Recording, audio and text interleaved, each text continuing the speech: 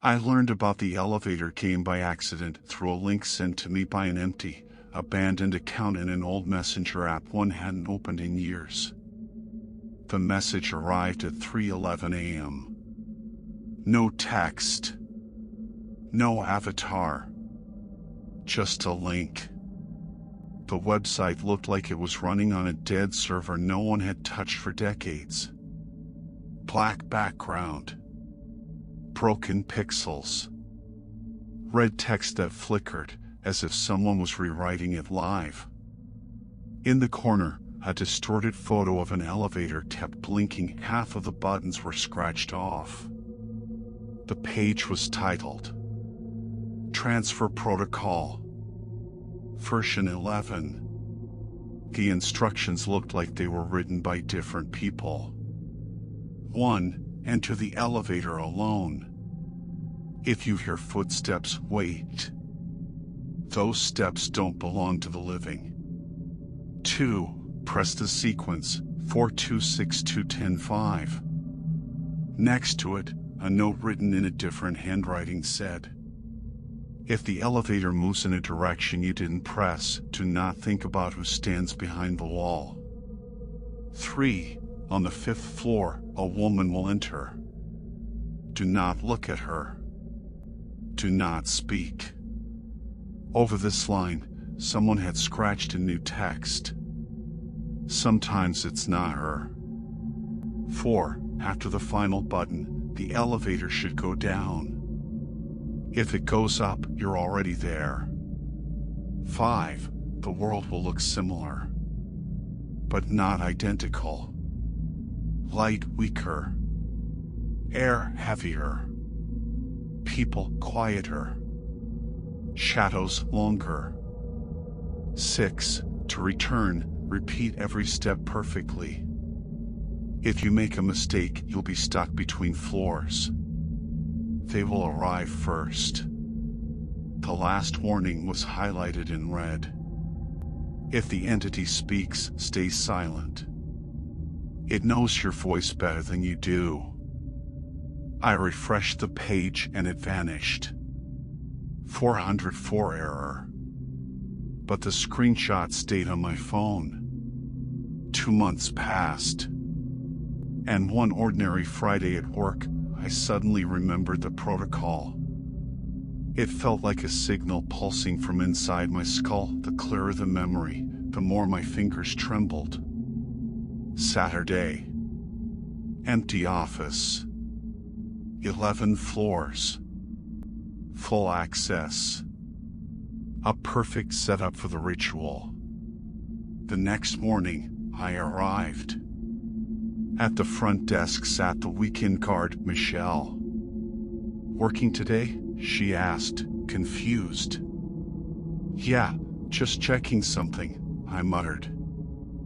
I stepped into the elevator, pulled up the screenshot, and started the sequence. The first attempt.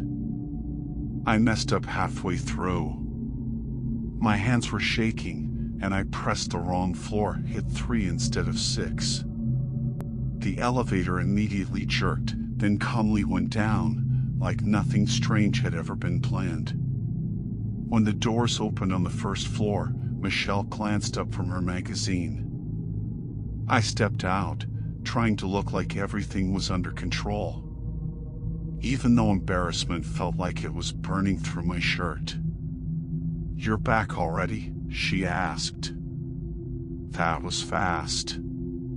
Yeah, I mumbled. I left my flash drive in the car. 1 second. I wanted to punch myself. I sounded like an idiot. Michelle nodded, but her eyes narrowed. She could tell something was off. I walked outside, took 2 steps, turned around immediately, and went back in, pretending to find the flash drive in my pocket. Michelle raised her eyebrow again. Found it, I blurted. Got ahead of myself. She gave me a small, awkward smile, the kind you give someone when you want to help them, but have no idea what's going on. I wanted to disappear. The second attempt. I forced myself to breathe slowly. I checked the sequence again, memorized it like a bank password, and began. 4262105. Each button clicked under my finger. Sweat made my hands slippery. My heartbeat echoed louder than the ventilation fan. I pressed the final button. 5. 1 second. 2. Silence. The elevator should have gone up, that's what the instructions said. Instead, it gently shuddered and went down. Like a normal elevator. Like nothing supernatural existed at all. Except something felt off. The movement wasn't smooth. It was uneven, with faint, rhythmic tremors. As if something heavy was crawling through the empty shaft beside me. When the doors opened, that's when everything stopped being normal. At the front desk sat a man. Not Michelle. Not anyone I had ever seen. He looked wrong. Too tall. Too stretched. Head tilted back unnaturally, as if someone was pulling his hair from above. Skin pale and grayish, with yellow veins under the surface. Neck long, too long. Eyes huge, glassy, bulging like a dead fish's.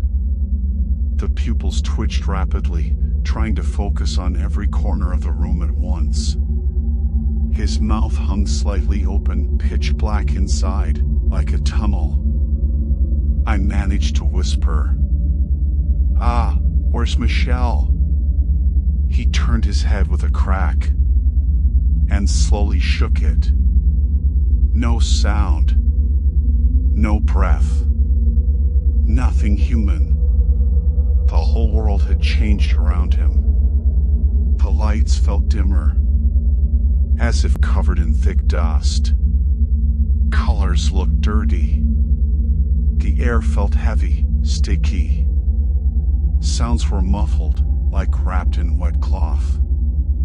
Outside, the parking lot was completely empty. No cars. Not mine. Not anyone's. As if no one had been here for years. I hurried back inside, avoiding the creature's stare. I got into the elevator, pressed the buttons again. Halfway through, the doors opened by themselves. Not on the 5th floor. On the 4th. A figure stepped in. If you could call it a man. Over 2 meters tall, but hunched. Skin gray-green, like molded plaster. Fingers long and thin, joints bending in ways they shouldn't. Face stretched, smeared, as if someone dragged the skin downward. Eyes enormous, almost completely black, glistening like oil.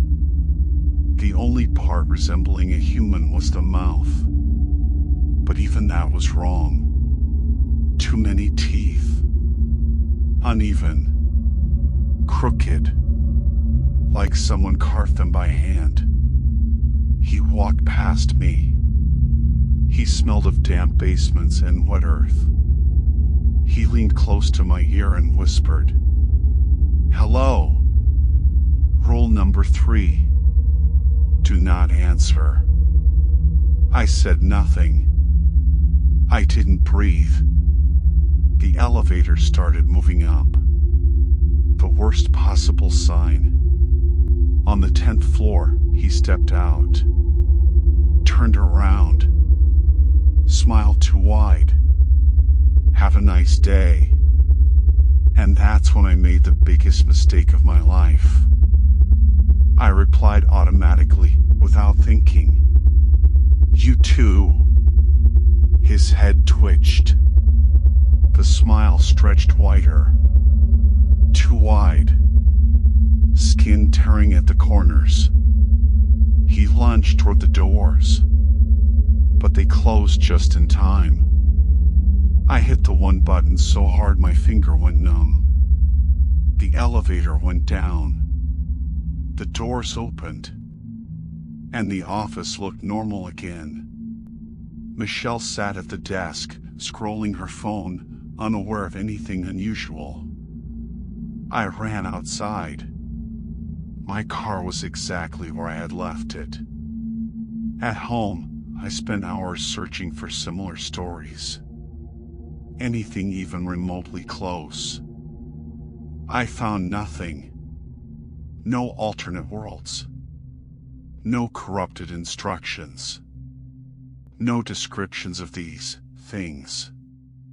As if the place I ended up in wasn't a variation of the ritual, but an error. A glitch.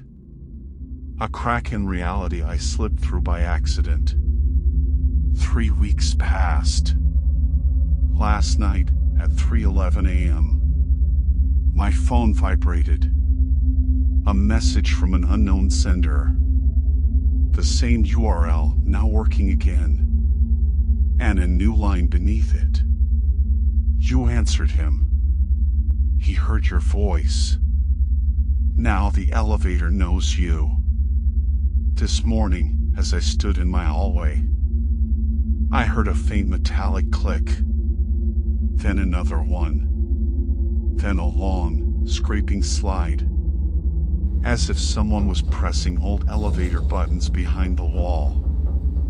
The problem is, my building has no elevator. And never did.